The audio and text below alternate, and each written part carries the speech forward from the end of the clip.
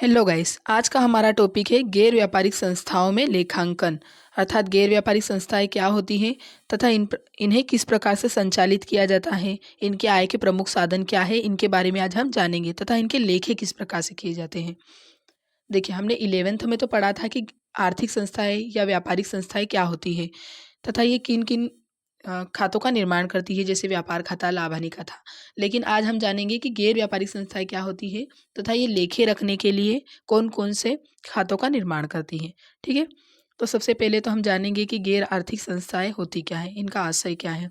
गैर आर्थिक संस्थाएं वे संस्थाएं हैं जो धन कमाने के लिए नहीं बल्कि जनता की सेवा करने के लिए संचालित की जाती है या चलाई जाती है।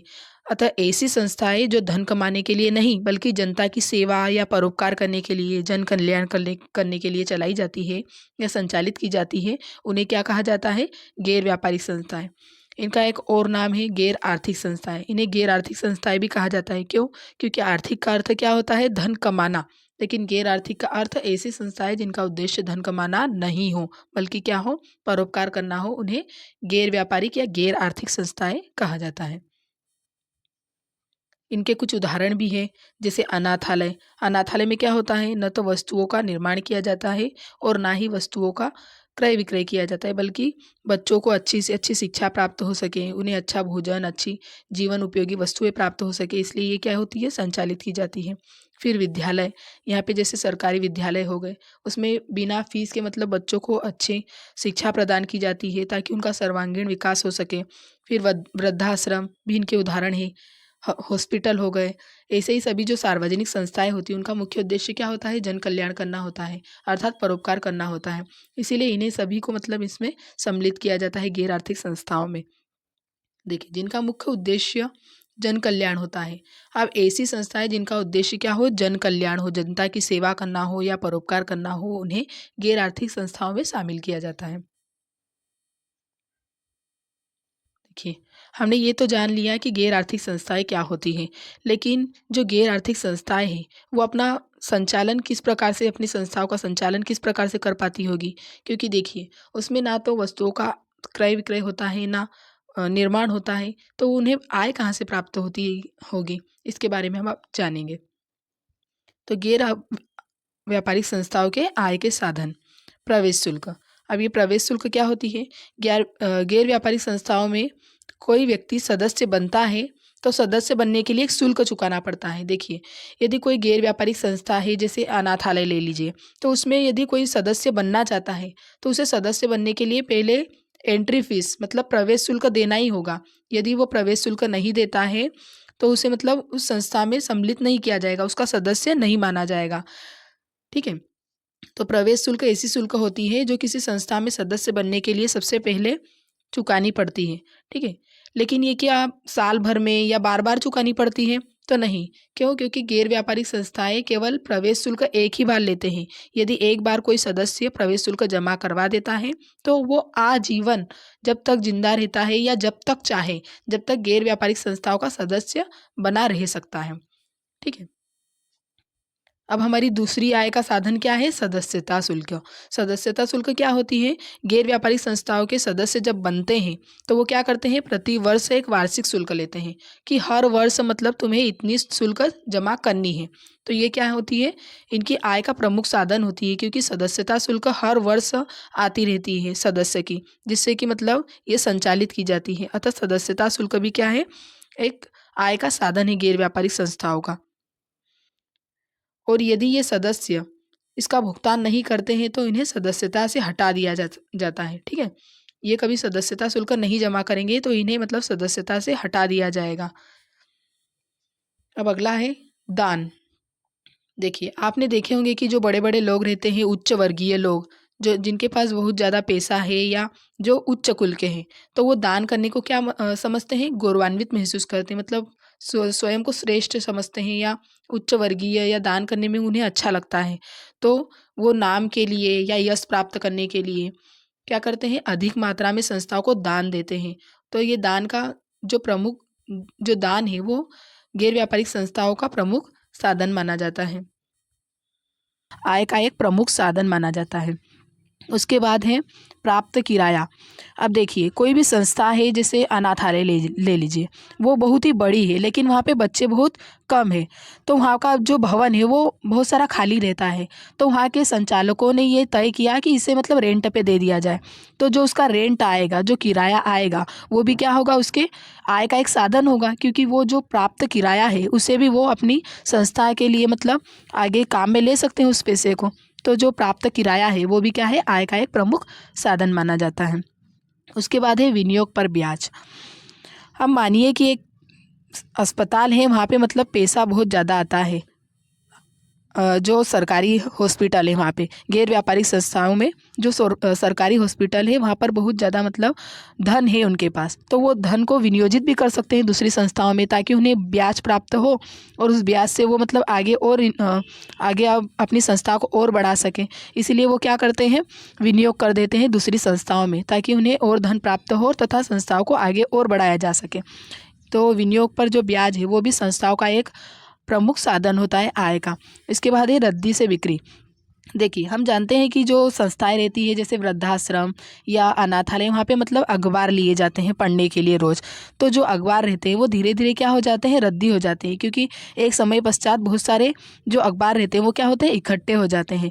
तो उन्हें क्या किया जाता है, बेच दिया जाता है, तथा जो रद्दी से बिक्री होती है उससे कुछ धन प्राप्त होता है, वो भी क्या होता है, इन संस्थाओं का आय का प्रमुख साधन होता है। इसी प्रकार रद्दी से जो बिक्री है वो भी क्या है, गैर व्यापारिक संस्थाओं की आय का साधन है।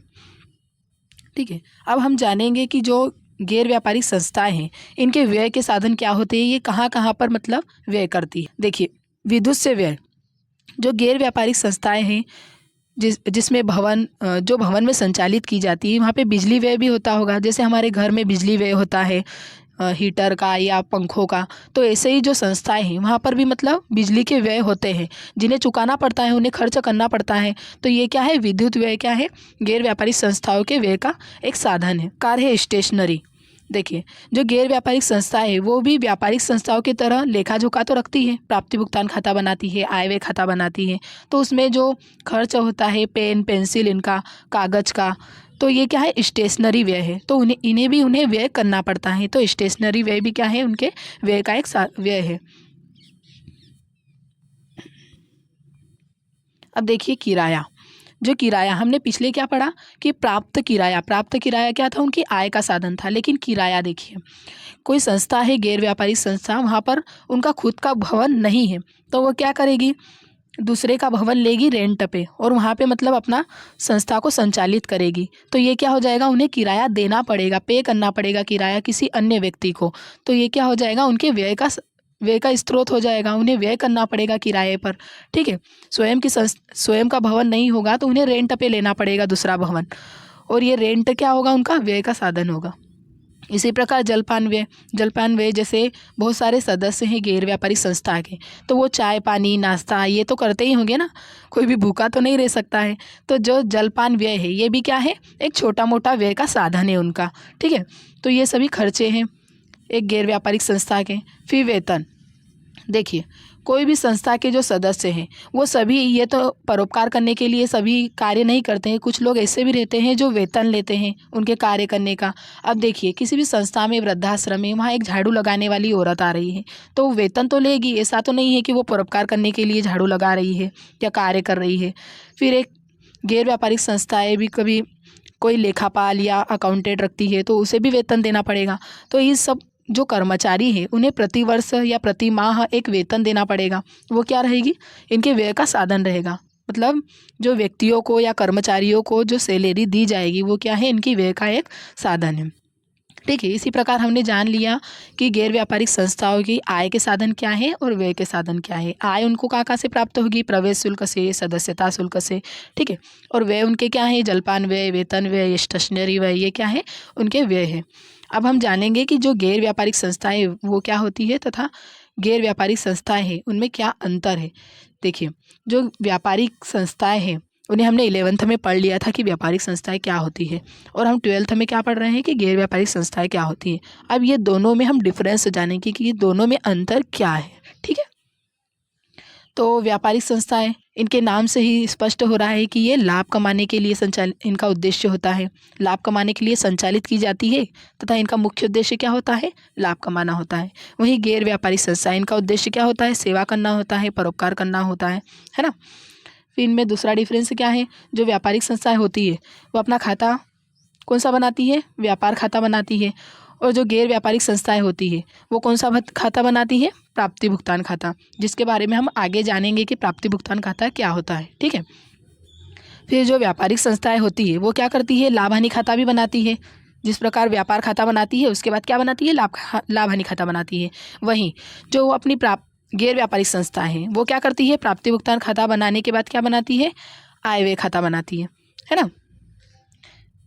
फिर व्यापारिक संस्था जो रहती है वो अंतिम शेष उसका क्या निकलता है, शुद्ध लाभ होता है आखिरी में, या क्या होता है, शुद्ध हानि होती है। या तो लाभ प्राप्त होगा व्यापारिक संस्था को या हानि, जिसे क्या बोलते हैं, शुद्ध लाभ या शुद्ध हानि। वैसे ही जो गैर व्यापारिक संस्थाएं होती है उन्हें अंतिम में क्या मिलता है, बचत, मतलब आखिरी में बचत होगी उन्हें या घाटा होगा। ठीक है। देखिए, जो हमारी व्यापारिक संस्थाएं हैं उन्हें सरकारी सहायता प्राप्त नहीं होती है। क्यों? क्योंकि ये लाभ कमाने के उद्देश्य से संचालित की जाती है तथा इन्हें सरकारी संस्थाएं प्राप्त क्यों होगी, सहायताएं। ठीक है। वही हमारी गैर व्यापारिक संस्थाएं जो है वो क्या, परोपकार करने के लिए संचालित की जाती है, इसीलिए इन्हें सरकारी सहायताएं जो रहती है, जो सरकार के द्वारा सहायताएं प्रदान की जाती है वो भी प्राप्त होती है ना। अब व्यापारिक संस्थाओं के उदाहरण, आप इसमें व्यापारिक संस्थाओं के उदाहरण बहुत कुछ लिख सकते हो, जैसे कपड़ा बाजार हो गया, किराना हो गया, फिर सराफा दुकान हो गई, फिर जो बिरची बाजार होता है वो हो गया। सभी जो मतलब लाभ कमाने के लिए संचालित की जाती है वो व्यापारिक संस्थाएं है ना, इसमें उदाहरण हो सकते हैं कपड़ा बाजार, किराना, ये सब। फिर गैर व्यापारिक संस्थाएं, इनके उदाहरण क्या हो सकते हैं, जैसे अनाथालय। क्यों? क्योंकि ये परोपकार करने के लिए संचालित किया जा रहा है। वृद्धाश्रम, इसका उद्देश्य भी लाभ कमाना नहीं होता है, परोपकार करना होता है ना। फिर पुस्तकालय हो गया, लाइब्रेरी हो गई, फिर सरकारी हॉस्पिटल हो गए, सरकारी विद्यालय हो गए, ये क्या होंगे, गैर व्यापारिक संस्थाओं के उदाहरण होंगे। थैंक यू दोस्तों। नेक्स्ट जानकारी हम प्राप्ति भुगतान खाते के बारे में अगले वीडियो में जानेंगे कि प्राप्ति भुगतान खाता क्या होता है तथा इसकी विशेषताएं, इसे कैसे बनाया जाता है, फिर इसके लाभ क्या क्या होते हैं, किस प्रकार से इसका निर्माण किया जाता है, इसके बारे में हम अगले वीडियो में जानेंगे।